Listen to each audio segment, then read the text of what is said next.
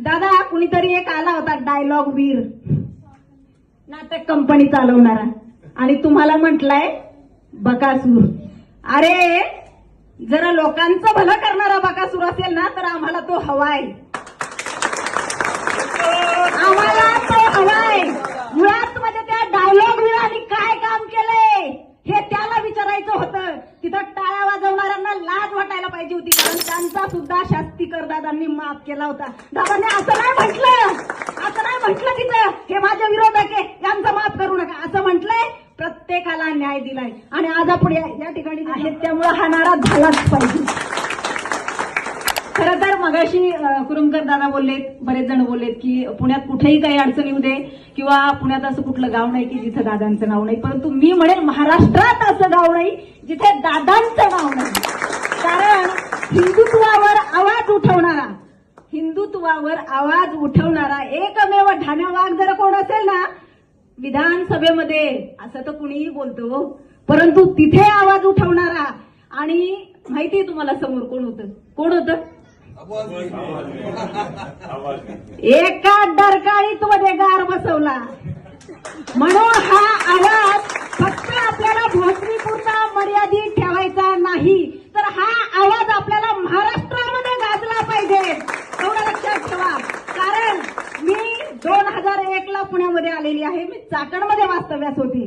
जरा इथे कोणी चाकणचे असाल तर मला सांगा, चाकणचा चेहरा मोहरा अजूनही तोच आहे, परंतु दादाने 10 वर्षात मध्ये भोसरीचा चेहरा मोहरा किती बदलला.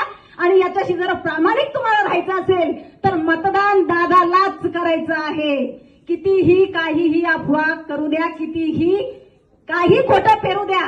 दादा कुणीतरी एक आला होता डायलॉग वीर, नाटक कंपनी चालवणारा, आणि तुम्हाला म्हटलंय बकासूर. अरे जरा लोकांचं भलं करणारा बकासूर असेल ना तर आम्हाला तो हवाय,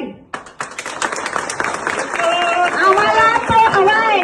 मुळात मध्ये त्या डायलॉग वीरांनी काय काम केलंय हे त्याला विचारायचं होतं. तिथं टाळ्या वाजवणाऱ्यांना लाज वाटायला पाहिजे होती, कारण त्यांचा सुद्धा शास्तीकर दादांनी माफ केला होता. दादांनी असं नाही म्हटलं तिथं हे माझ्या विरोधक आहे यांचं माफ करू नका, असं म्हटलंय. प्रत्येकाला न्याय दिलाय. आणि आज आपण या ठिकाणी जे जमलोय ते सर्व कामगार आहोत.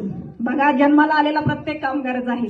परमेश्वराने आपल्याला काहीतरी काम दिलेलं आहे आणि ते आपल्याला पार करायचं आहे, परंतु ज्याला ही जबाबदारी कळली तो घडलाय. आणि दादांना माहितीये मला काय काम करायचंय. 10 वर्षात त्यांनी काय केलं मला वाटतं त्यांच्यापेक्षा जनतेला माहिती आहे. त्यामुळं आपल्याला असा नेता गमवायचा नाही. आज भारताची अवस्था काय आहे तुम्हाला सांगण्याची गरज नाही.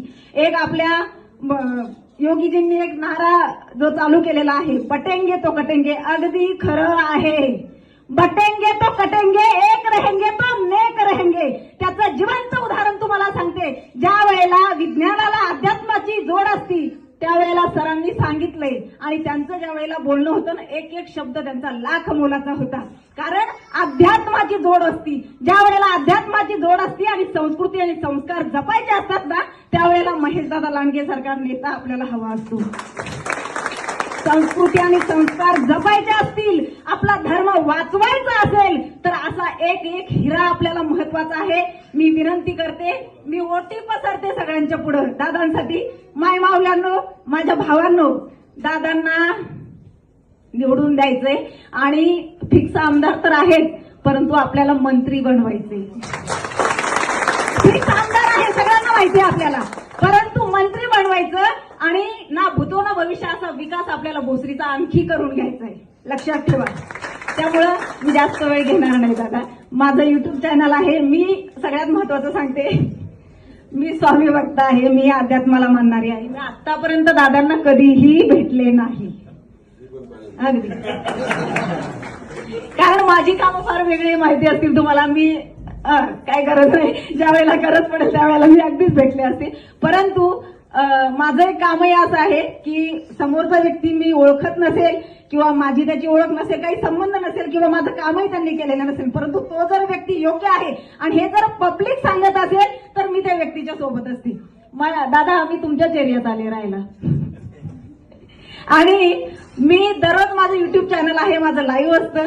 अगदी मी दादा मला कधी फोन केला नाही किंवा मी दादांना भेटले नाही, परंतु मी प्रामाणिकपणे दादांचा दररोज प्रचार माझ्या युट्यूबच्या माध्यमातून करत असते.